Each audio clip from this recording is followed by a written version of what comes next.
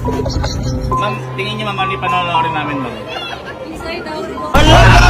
Ang galing! Ay!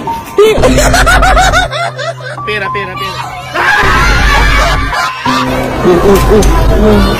Mga boy, may malaki tayong problema. Kasi di ba nung nakaraang araw, inaayaw kayo magsine. Tapos tayong lahat, bigla tayong nagbigay ng iba't ibang emosyon. Eh di ba ang papanood natin na Inside Out? Eh di naman natin alam yung Inside Out, kaya papanood natin, di ba? Ngayon boy, halos yung pinakita pala nating emosyon at Inside Out, parang iisa pala yun. Ha? Ba? Yung ba talaga yun? Oo nga. Mukha ba? Ganun ba talaga yun? Di ko nga alam na ganun.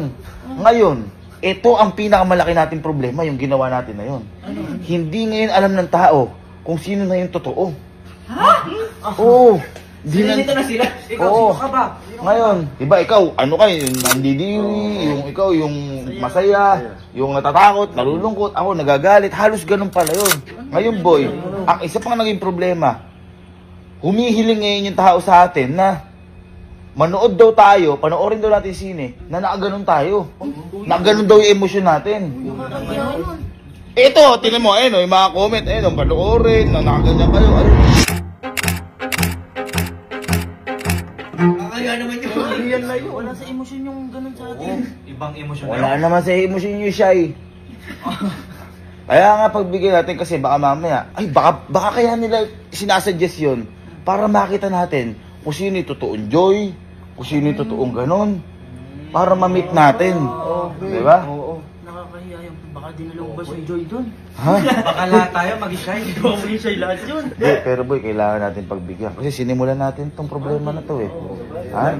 Ngayon, kung ayaw nyo, ilalabas ko na si Enger at mag-ano-ano. Wag. Ano?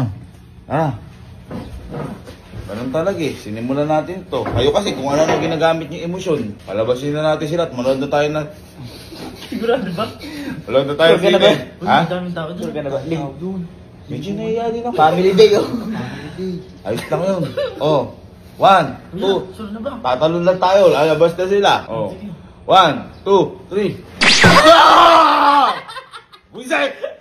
Kasi kailangan pa natin gawin to. Kasi sinimulan natin to eh.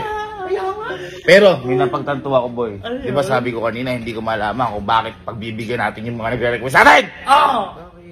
Napagtanto ko, kung hindi natin sila pagbibigyan, baka sila ang maging emosyon natin. Baka hindi sila maging si Joy. Baka maging si Sadness, malungkot sila, matakot, o magalit sila. Kaya pagbigyan natin sila, dahil sabi nga ni Joy, sa isang patak, isang katutak. Ano ba yun? Sorry. Sabi nga ni Joy, piliin natin lagi masaya. Tama. Eka na, manood na tayo. Ano ba? Hindi ba? Ako hindi. Ayos lang yan. Nasok natin. Tara.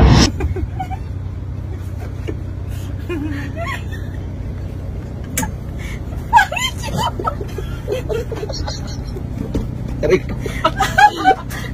Bakit ba? Bakit yun?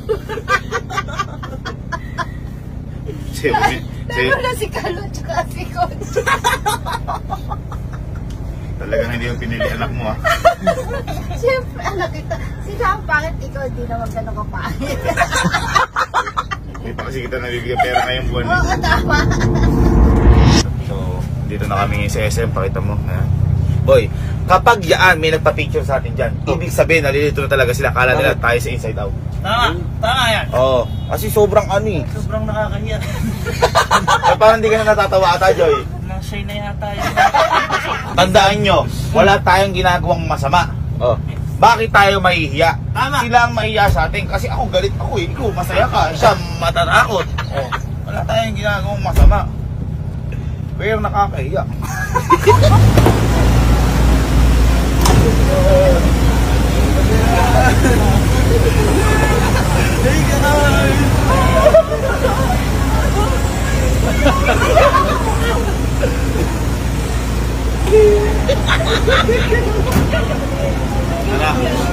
Anong ba't galit ako? Indoor ako eh.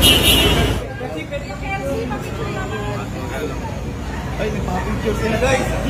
Par, nakikilala tayo. Nakikilala yung ano. Boss. Hindi nila tayo nakikilala. Akala nila tayo si Joy, si Anger.